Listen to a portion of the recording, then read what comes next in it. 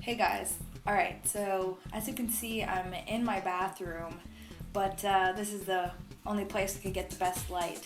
But I just want to tell you guys that you can find my videos for Photoshop tutorials at youtube.com/the-real-Photoshop-girl.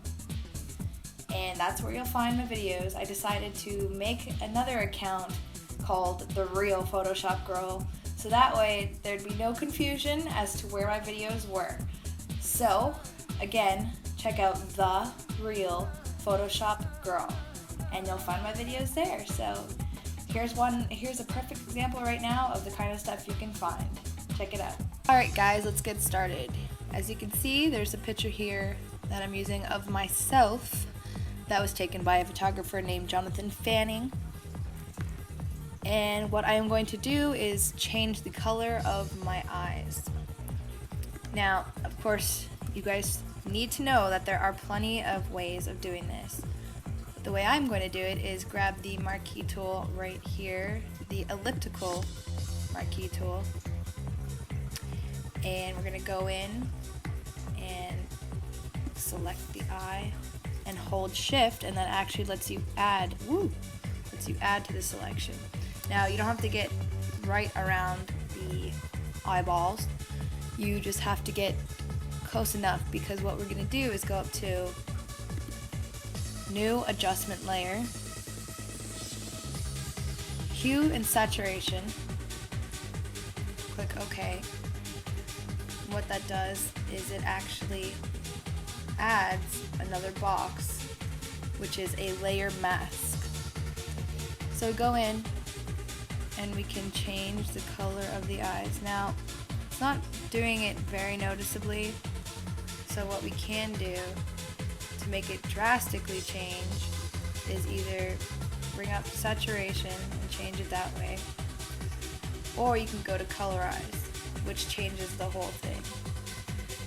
And we'll do it just a crazy color so that you can see. Go OK. And you take your brush. You can either hit B or go up to the brush.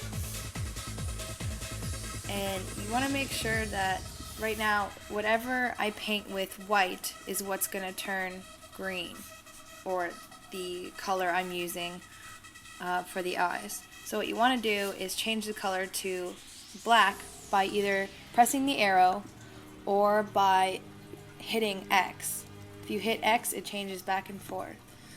So we want to make it bigger. Get rid of that. Now I have my opacity to 100, so that way it's just quicker. I can just get rid of it all without having to go over back and forth and stuff like that. So go in, make it a bit smaller. And same with this one.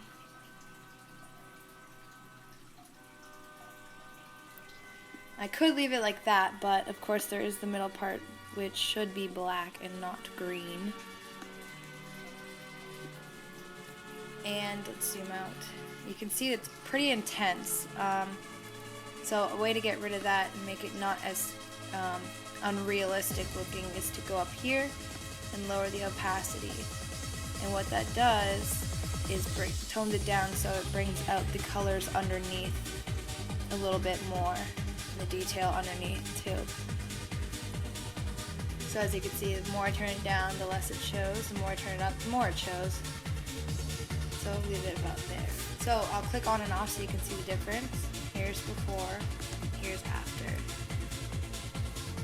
And also, one quick thing I want to mention before I let you go today is we do have the selection on the eyes, and like I said, what that does is leave the layer masks, which makes it adjustable.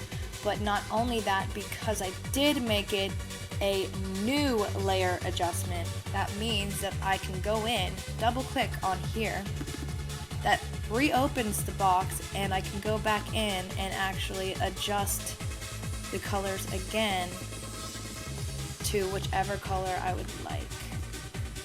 So that's pretty cool, because that way, in case you do want to make any changes, you can always go back, double click, and again, make your changes on how you want it.